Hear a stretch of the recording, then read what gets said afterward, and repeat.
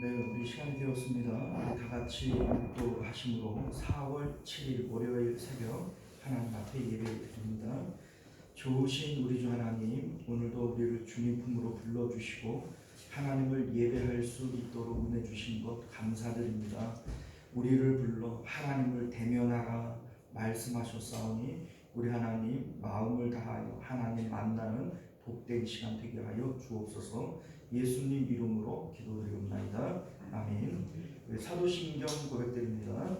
전능하사 천지를 만드신 하나님 아버지를 내가 믿사오며 그 외아들 우리 주 예수 그리스도를 믿사오니 이는 성령으로 잉태하사 동정녀 마리아에게 나시고 본디오 빌라도에게 고난을 받으사 십자가에 못 박혀 죽으시고 장사한 지 사흘 만에 죽은 자 가운데서 다시 살아나시며 하늘에 오르사 전능하신 하나님 우편에 앉아 계시다가 저리로서 산자와 죽은 자를 심판하러 오시리라. 성령을 믿사오며 거룩한 공회와 성도가 서로 교통하는 것과 죄를 사하여 주시는 것과 몸이 다시 사는 것과 영원히 사는 것을 믿사옵나이다. 아멘. 자, 우리 찬송가 348장 찬송가 348장 우리 함께 찬송하겠습니다.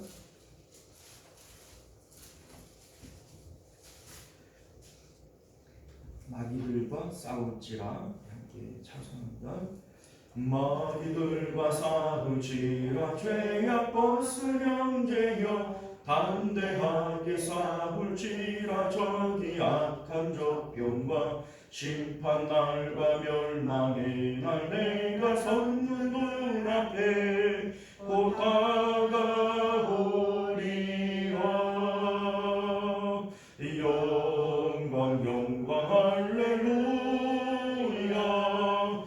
영광 영광 할렐루야. 영광 영광 할렐루야. 곧 승리하리라. 마귀들과 싸울지라 죄악 벗은 형제여 고함치 눈물이 드는 흉한 마귀 아닌가. 무섭고도 더러운 죄 모두 떨쳐버리고 주 예수 붙들라.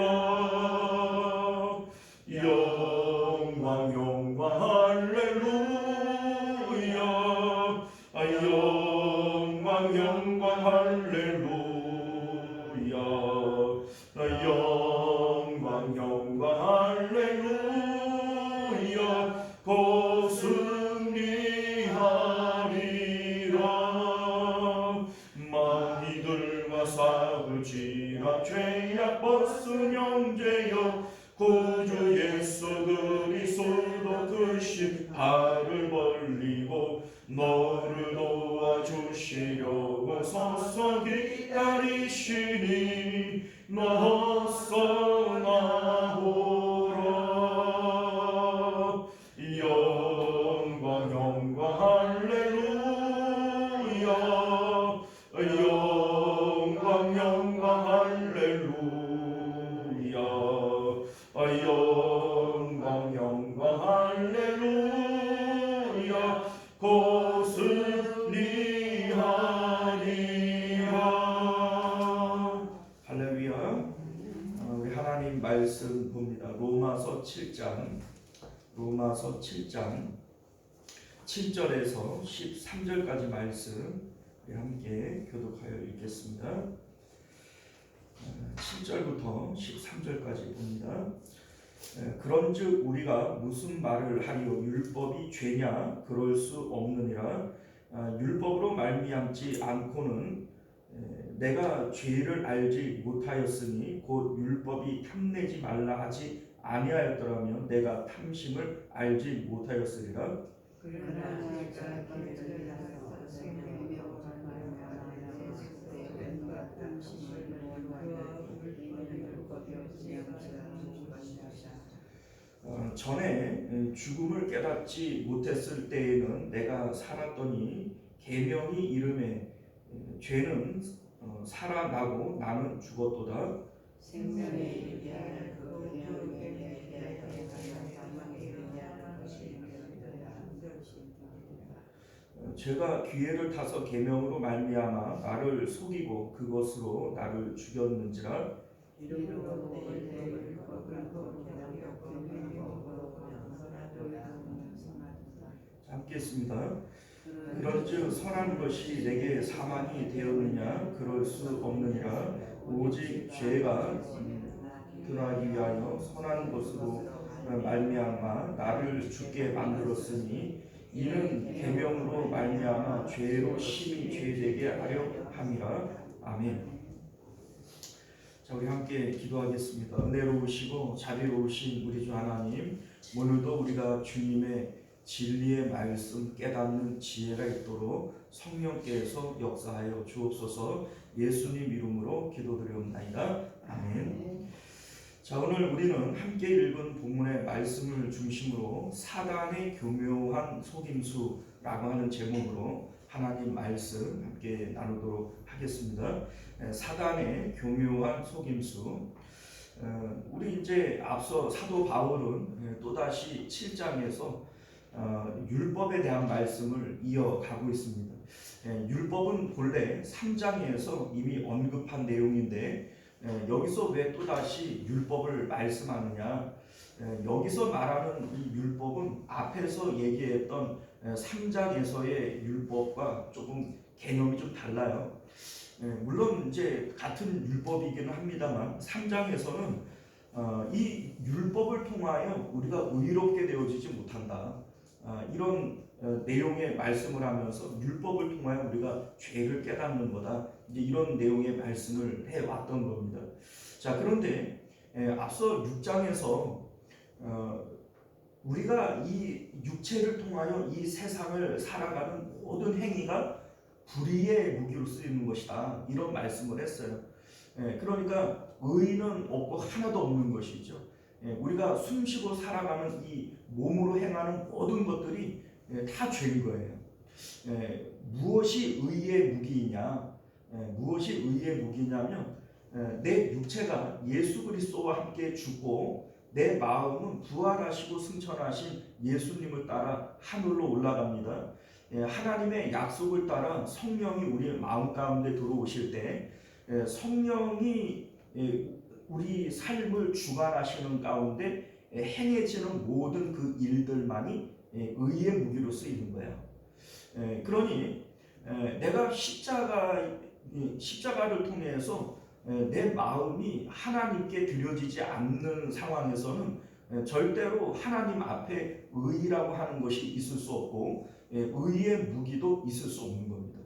자, 그런 의미에서 오늘 7장에서 또다시 율법이라고 하는 것을 얘기를 하는데 여기서 말하는 율법은 우리가 몸으로 행하는 모든 행위의 규칙들을 얘기하는 거예요.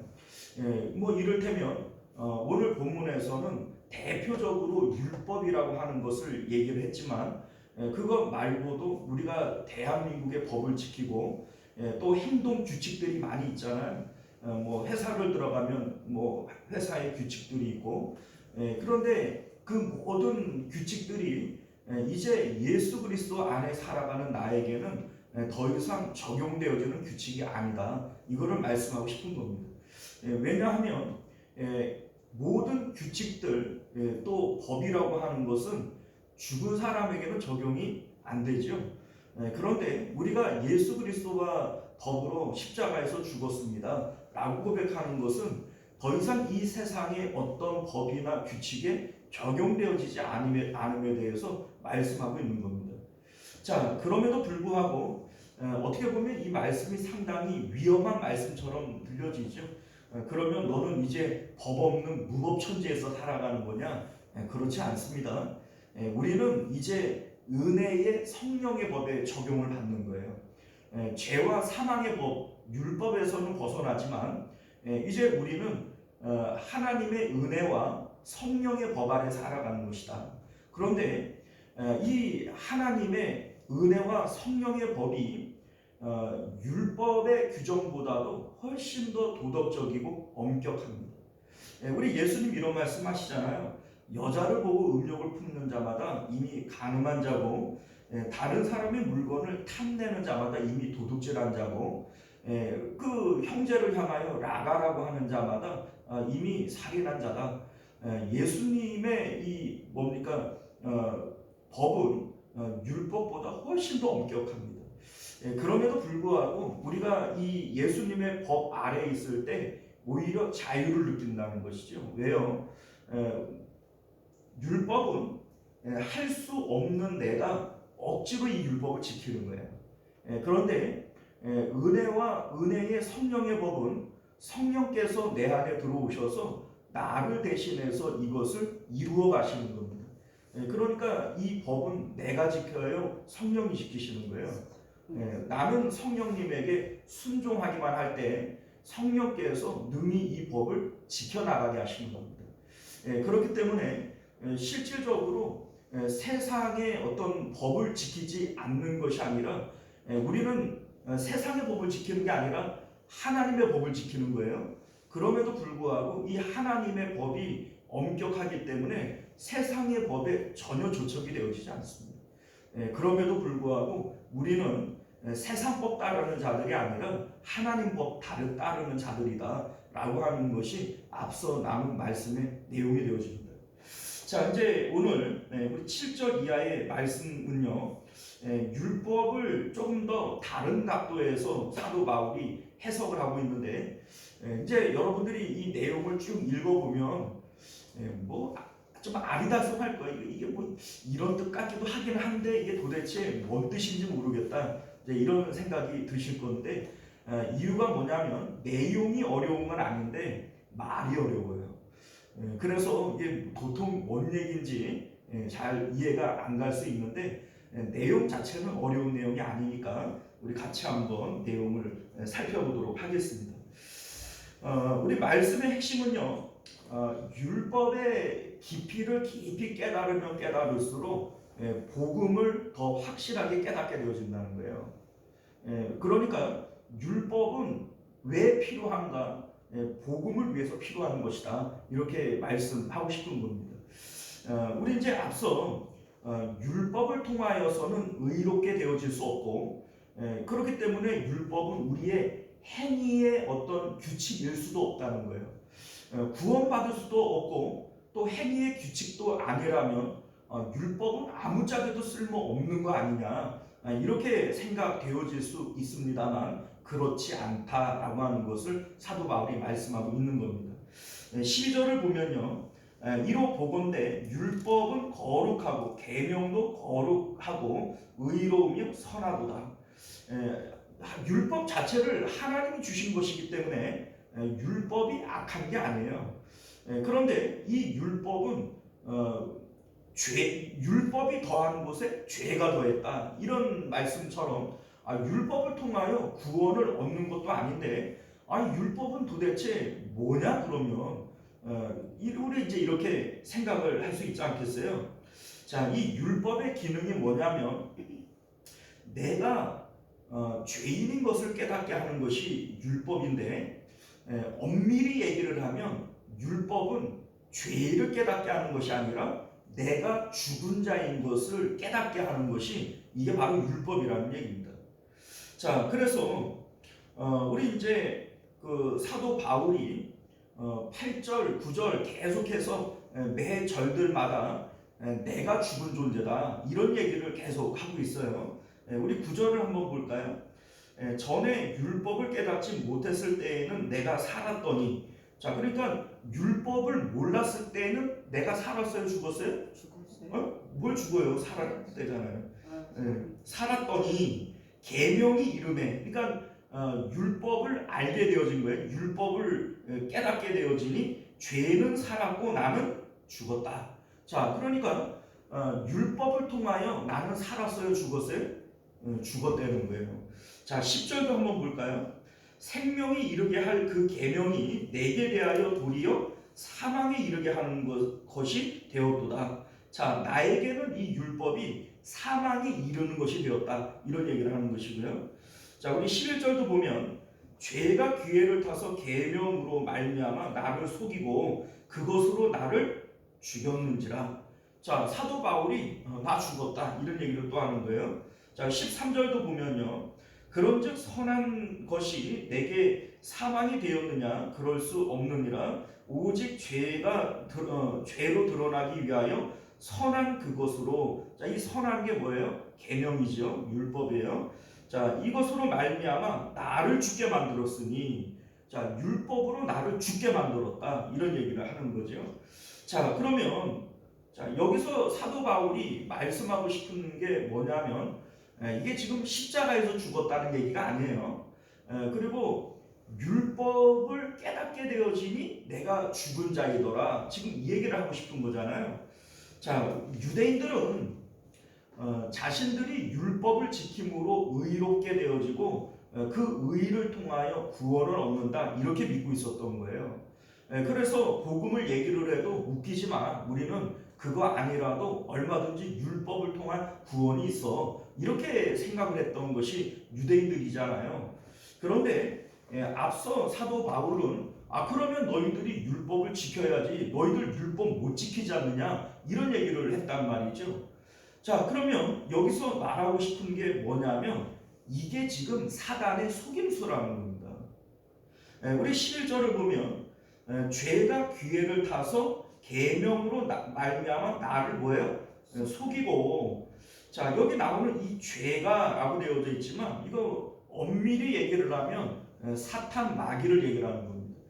죄가 나를 속였는데 이게 죄가 속인 게 아니고 원래는 사단이 나를 속이는 거죠. 그런데 어떻게 속인 것이냐? 하나님께서 율법을 주신 이유는요. 너희들이 죄인이고 그로 말미암아 죽은 자들인 것을 발견해라. 이런 목적에서 율법을 주신 거라는 거예요. 그러니까 내가 율법을 깨달았을 때는 내가 죽은 자이구나. 이것을 깨닫게 하기 위해서 하나님이 율법을 주신 것이고 사도 바울은 그것을 깨달았으니 나는 죽었다. 이렇게 얘기를 하는 거죠. 자, 그런데 이 마귀는 요 율법을 통해서 또 사람을 속이는 거예요.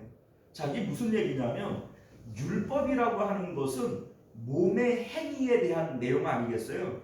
자, 그런데 하나님께서는 너는 죽었다라고 하는 얘기니까 죽은 사람은 율법을 행할 수 있어요, 없어요?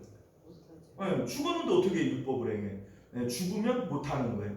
자, 이게 왜 하나님께서 죽었다라고 얘기를 하냐면 사도 바울은 너희들 율법을 지켜봐라. 못 지키지 않느냐? 율법을 못 지키는데 어떻게 그게 너희의 의가 될 수 있느냐? 사도 바울이 앞에서 이런 얘기를 했잖아요. 그런데 율법의 핵심은 마음을 다하고 목숨을 다하고 힘을 다하여 하나님을 사랑하라는 겁니다. 이게 율법의 핵심인데 유대인들은 결코 율법을 못 지켜요. 왜냐하면 하나님께 대하여 이미 죽은 자들이기 때문에 죽은 마음을 가지고 하나님을 사랑할 수 없는 겁니다. 자, 그러니 율법을 지키면 너희들이 의롭게 되어지고 그 의로 구원을 받겠다라고 얘기를 했지만 이미 하나님께 대하여 죽어 있는 사람들이 마음을 다하여 하나님을 사랑할 수 없게 되어지니까 율법은 처음부터 지킬 수 있어요, 없어요?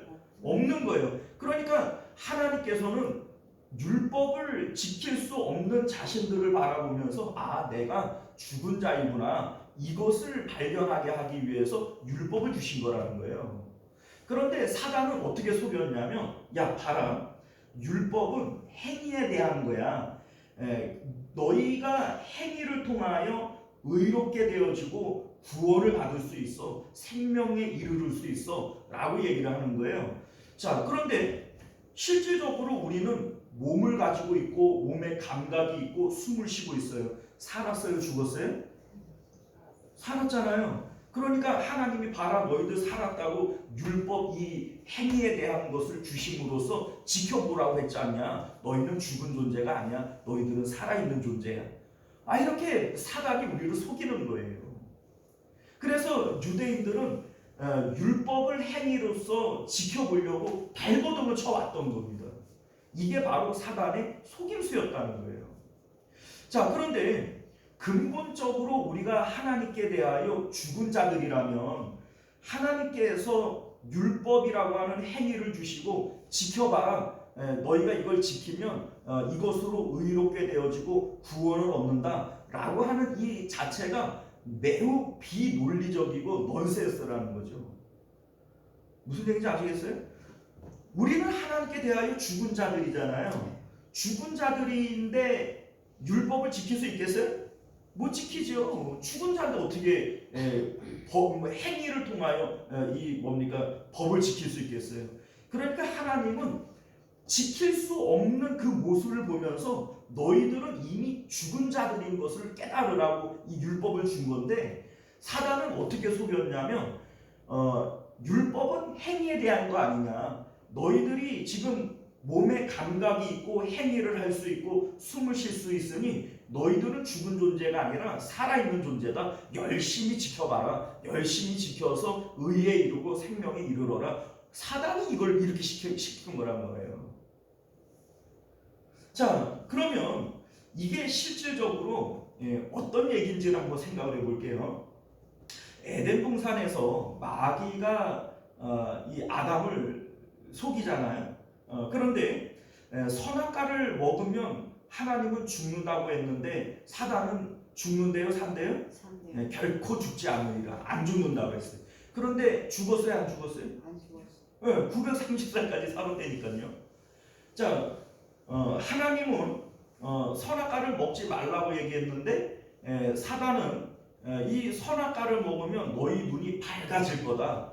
밝아졌어요, 안 밝아졌어요? 밝아졌어요. 자기들이 벗었음을 알았다, 이렇게 얘기했잖아요. 자, 이 선악과를 먹으면 하나님처럼 되어진다, 이런 얘기를 했는데 실질적으로 하나님처럼 됐어요, 안 됐어요? 됐어요. 하나님께서 친히 이들이 선악을 아는 일에 우리 중에 하나와 같이 되었으니 이렇게 얘기를 하셨단 말이에요. 그러니까 하나님이 직접 하나님처럼 됐다고 인정을 한 거 아니에요. 그러니까 사단이 맞았어요, 틀렸어요? 그러면 사단은 거짓말한 게 아니네요, 그죠? 자, 봐봐요. 하나님은 먹으면 정령 죽는다 그랬고 사단은 안 죽는다 그랬는데 죽었어요, 안 죽었어요? 안 죽었어요? 그럼 누가 거짓말쟁이에요? 그럼 하나님이 거짓말을 한 걸까요? 아니죠. 그러니까 이게 속임수라는 거예요, 여러분들. 이해 가셨습니까? 우리는 이 사단이 우리를 속이고 있음에도 불구하고 속는 걸 모르고 속고 있는 거예요. 자, 이게 결과적으로 어떻게 되어지는 거냐면 하나님께서 정령 죽으리라 라고 말씀하시는 이 죽음이라고 하는 것은 생명 같은 것을 잃어버리는 거예요. 자, 사람에게 있어서 생명 같은 것이 뭔지에 대해서 우리가 한번 생각을 해볼게요. 자, 예를 들면 어떤 남자와 여자가 죽고 못 살아요. 사랑해요. 그런데 강제적으로 그냥 부모님이 떨어뜨려 놨어요. 그래가지고서는 이 남자가 이 사랑하는 여자를 못 만나요. 그러면 막 상사병도 걸리고 뭐 이렇게 막 비관해가지고 자살도 하고 이러잖아요. 자, 여러분들, 이 남자는 죽은 게 아니에요. 몸은 건강하게 펄펄 살아 있어요. 그런데 자기가 목숨처럼 여기는, 생명처럼 여기는 사랑하는 여자를 잃어버렸기 때문에 그냥 자살해서 죽고 마는 거예요. 자기 인생을 포기해버리고 마는 거예요. 자, 그러면 이 남자에게 생명은 뭡니까? 사랑하는 여자가 생명이 되어주는 거죠. 자, 하나님, 우리 사람에게 있어서 생명이라고 하는 것, 정령 죽으리라 라고 얘기를 하는 이 생명을 잃어버리는 것은 하나님을 잃어버리는 것을 얘기했던 거예요. 죄를 통하여 하나님과 단절되어지는 네가 생명처럼 여기는 그것을 잃어버리게 될 것이다. 이것을 말씀하신 것이죠. 뭐 또 이런 예를 들 수 있지 않겠어요? 평생 사업을 읽어오신 분이 있어요. 그런데 회사 사정이 어려워서 30년 동안 읽어오던 이 사업장이 부도가 나버렸어요. 그러니까 이 사장님이 너무 비관해가지고서는 공장에다가 줄을 매고 목을 매달아 죽어버렸어요. 그런 일들 종종 있지 않아요? 그런데 우리가 봤을 때는 그게 이해가 안 간단 말이에요. 왜냐하면 그 사장님 부도 나서 망했다고 그래도 나보다는 부자거든요. 그렇지 않아요? 그 사장님 망해도 저보다 부자겠어요? 안 부자겠어요? 그런데 나는 뭐 그거 잃어버렸다고 안 죽을 것 같은데 나는 망하지도 않았는데 나는 이미 망한 상태인데 그죠? 그런데 왜 죽냐? 이 사람에게는 그 평생 일궈온 이 사업장이 자기 생명과 같은 거예요.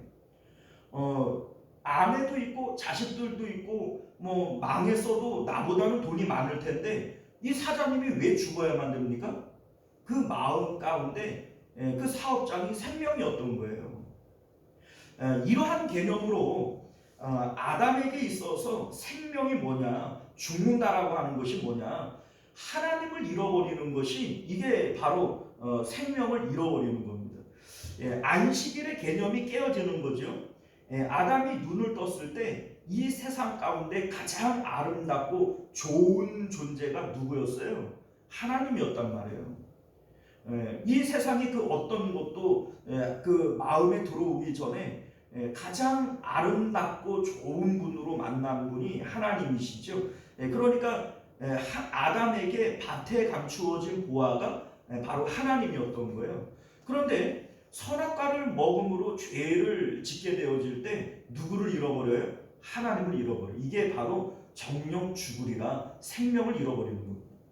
자, 이렇게 생명 되시는 하나님과 분리되어지고 하나님께 대하여는 이미 죽은 상태인 거예요. 허물과 죄로 죽었던 너희를 다시 살리셨도다, 이렇게 얘기를 할 때 허물과 죄가 나를 무엇으로부터 죽게 했느냐? 하나님께로부터 죽게 되어진 거예요. 그러니까 나는 이 껍데기 몸이 세상 가운데 숨쉬고 살아가고 꼬집어 보면 아프고 모든 몸이 살아있는 것 같은데 실질적으로는 이것은 육신이 살아가는 것이지 이미 우리는 하나님께 대하여는 죽은 상태라는 겁니다. 자, 이를테면 창세기 6장을 보게 되어지면 노아 홍수 사건이 나와요. 그런데 하나님께서 왜 이제 우리는 그 죄가 도대체 뭐길래 온 인류를 그렇게 심판하셨어야만 했냐, 다 죽이셨어야만 했냐, 이런 생각을 가질 수 있잖아요. 그런데 우리 6장 3절을 보면 그들이 육신이 됨이라 이렇게 되어져 있어요. 그들이 육신이 되어졌다라고 하는 것은 몸만 남았다는 얘기예요. 그러니까 이 걸어다니는 고깃 덩어리에 불과하다는 겁니다. 그러면 하나님께 대하여는 이들은 사는 존재예요, 죽은 존재예요? 이미 죽은 존재인 거예요. 그러니까 우리가 볼 때에는 왜 멀쩡히 살아있는 사람들을 다 죽이셔야만 했냐, 하나님은 왜 이렇게 잔인하시냐 라고 생각되어질 수 있지만 하나님이 그 죽이신 것은 살아있는 것을 죽인 게 아니라 이미 죽어있는 것을 장사 지내준 거예요. 이해가셨습니까? 노아 홍수 사건은 모든 사람들을 하나님이 죽이신 사건이 아니라 이미 죽어있는 상태에 있는 육신들을 하나님이 홍수를 통하여 장사 지내주신 것이다 라고 하는 의미가 되어지는 것이죠. 자, 어쨌든 율법을 통하여 우리가 깨닫게 되어지는 것은 뭐냐면 율법이 오기 전에는 나는 살아있는 존재인 줄 알았던 거예요. 내가 숨쉬고 있고 뭐 몸에 감각이 다 남아있는데 내가 어떻게 죽은 존재냐, 그 하나님은 정령 죽으리라 이렇게 얘기를 했지만 내가 왜 죽냐, 나 살아있지, 아담이 안 죽었잖냐, 이런 얘기를 하는 거죠. 자, 그러면 우리가 하나님을 거짓말쟁이로 만들어버리는 거예요. 하나님은 분명히 정령 죽으리라고 얘기했는데 야, 마귀 얘기가 맞았네, 마귀 얘기처럼 안 죽었네, 이래버리면 누가 거짓말쟁이가 돼버려요? 하나님이 거짓말쟁이가 돼버려요. 그러나 하나님은 결코 거짓말쟁이일 수 없는 분이시죠. 그러니까 누가 우리를 속인 거예요? 마귀가 우리를 속인 거예요. 율법이 오기 전에는 이거를 몰랐던 거예요. 근데 율법을 통하여 내가 탐내지 말라 이런 얘기를 했는데 안 탐내려고 해봐도 돼요, 안 돼요? 안 돼. 여러분들 마음속에 탐심을 한번 다 없애봐요. 돼요, 안 돼요? 안 돼. 죽었다 깨도 안 되는 거예요. 이거를 우리가 깨닫게 되어질 때, 야, 나는 어찌할 수 없는 죄인이구나. 그래서 이제 뒤에 보게 되면, 오라, 나는 곤고한 사람이로다. 이러한 탄식 소리가 나오게 되어지는 거죠. 자, 그러니 마음을 다하여 하나님 사랑하라. 이것을 위해서 주신 율법인데, 암만 하나님을 사랑하려고 해도 안 되는 거예요. 육신을 통해서 세상을 사랑하는 건 너무 쉬운데, 하나님 사랑하는 건 죽었다 깨도 안 되는 거예요. 이를 통해서 나는 이미 죽은 존재이구나. 하나님께 대하여 죽은 존재이구나. 이것을 깨닫게 되어질 때 노아의 홍수 사건 때 이미 죽어있는 사람을 장사 지내는 것처럼 이미 죽어있는 나를 십자가에 못 박는 거예요. 예수님의 십자가는 율법을 통해서 내가 이미 죽은 존재인 것을 깨닫는 사람만이 그 십자가에 매달리는 것이지, 그거 전에는 결코 십자가를 이제 우리가 질 수가 없는 것이죠. 오늘날 우리들이 십자가를 지는 것은 상당히 뭐라고 이제 해요? 조금 어려운 것으로, 귀찮은 것으로, 힘든 것으로 이렇게 이해를 하는 거예요. 그러나 오늘 사도 바울은 율법이 오게 되어질 때 이미 나는 죽은 존재인 것을 깨닫게 되어진다. 자, 여러분들, 죽은 존재가 십자가에서 죽는다라고 얘기를 하는 것은 죽음이 죽는 거예요. 이해하십니까? 그러니까 나는 이미 죽어 있는 존재인데 십자가에서 죽으니까 이거는 사는 겁니다. 그러니까 십자가는 하나님께서 우리를 살리시려고 주신 것이지 죽이려고 준 게 아니에요. 사랑하는 성도 여러분, 우리가 오늘 이 말씀을 통해서 율법의 의미를 다시 한번 잘 깨달으실 수 있는 저와 여러분들 되시기를 바랍니다. 오늘날 우리들은 마귀에게 속고 있는 거예요. 내가 살았는데 왜 살아있는 나를 자꾸 십자가에서 죽으라고 그러냐. 여러분들, 죽으라고 그러는 게 아니에요. 율법을 우리가 깊이 깨달으면 깨달을수록 사도 바울이 내가 깨닫기 전에는 이렇게 얘기를 하잖아요. 율법을 깨닫기 전에는 자기 자신은 썩 괜찮은 사람인 줄 알았던 거예요. 율법의 의로는 흠이 없는 자라 자기는 그렇게 자부했던 사람이에요. 그런데 복음을 통하여 율법을 깊이 깨닫고 보니까 오라, 나는 이미 죽어 있었던 존재이구나. 죽어 있었기 때문에 율법을 지키라고 해도 못 지켰던 거구나. 그러니까 율법은 내가 죽은 상태라고 하는 것을 깨닫게 할 목적으로 주신 것이지, 지켜가지고서는 지킴으로써 의롭게 되라고 주신 것이 아니었구나. 그런데 사단이 아담을 속였던 것처럼 우리를 또 속인 거예요. 율법 이거 행동으로 하는 건데 너 몸이 있잖아. 이 몸을 통해서 지금 살아있잖아. 그러니까 너 율법을 열심히 지켜봐. 이렇게 사단이 우리를 속인 거라는 거예요. 자, 우리가 늘 속아 살아요. 늘 속아 살아요. 몸이 살아있는 것을 마치 내가 살아있는 것처럼 착각하고 뭐 하나님께서 죽어야 된다, 육신이 죽어야 된다 이런 얘기를 하면 왜 멀쩡히 살아있는 사람은 자꾸 죽으라 그러냐, 이렇게 우리가 받아들이니까 이 복음을 제대로 깨닫지를 못하는 거예요. 그러나 율법을 깊이 깨닫는 사람일수록 내가 정말로 죽어있는 존재이구나 라고 하는 것을 깨닫게 되어질 것이고, 그래서 십자가밖에는 방법이 없음을 알게 되어져서 그 십자가를 기쁜 마음으로 질 수 있게 되어진다 라고 하는 것을 이제 성경은 말씀하고 있음을 믿으실 수 있기를 바랍니다. 우리가 오늘 이 말씀을 통해서 우리의 영적 상태들을 다시 한번 돌아보고 예수 그리스도의 십자가를 더 사랑할 수 있는 저와 여러분들 되시기를 바랍니다. 기도하겠습니다. 은혜로우신 우리 주 하나님, 오늘 우리에게 주시는 하나님의 말씀을 통해서 복음이 무엇인지 다시 한번 기억할 수 있는 저희들 되게 하여 주옵소서. 마귀가 아담을 속인 것처럼 오늘날 우리들도 이 육체에 속아 살아갑니다. 죄가 우리를 속이고 육체가 우리를 속이고 마귀가 우리를 속입니다. 이 속임수 가운데 우리가 빠져 살지 않기를 원합니다. 영적으로 늘 깨어있는 자들 되어지게 하시고, 그래서 이 복음은 우리를 살리는 것임을 다시 한번 깊이 깨닫는 저희들 되게 하여 주옵소서. 거룩하신 예수님 이름으로 간절히 기도드리옵나이다. 아멘. 자, 우리 주기도문으로 예배를 마칩니다. 하늘에 계신 우리 아버지여, 이름이 거룩히 여김을 받으시오며 나라가 임하시오며 뜻이 하늘에서 이룬 것 같이 땅에서도 이루어지이다. 오늘 우리에게 정말 양식을 주시옵고, 우리가 우리에게 죄 지은 자를 사하여 준 것 같이 우리 죄를 사하여 주시옵고, 우리를 시험에 들게 하지 마시옵고 다만 악에서 구하시옵소서. 나라와 권세와 영광이 아버지께 영원히 있사옵나이다. 아멘.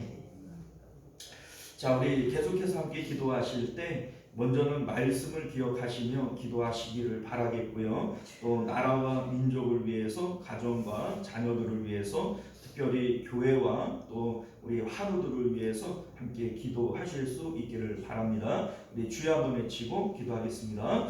주여, 은혜로우신 우리 주 하나님, 오늘도 우리가 주의 말씀을 통하여 영적으로 우리의 모습들을 돌아보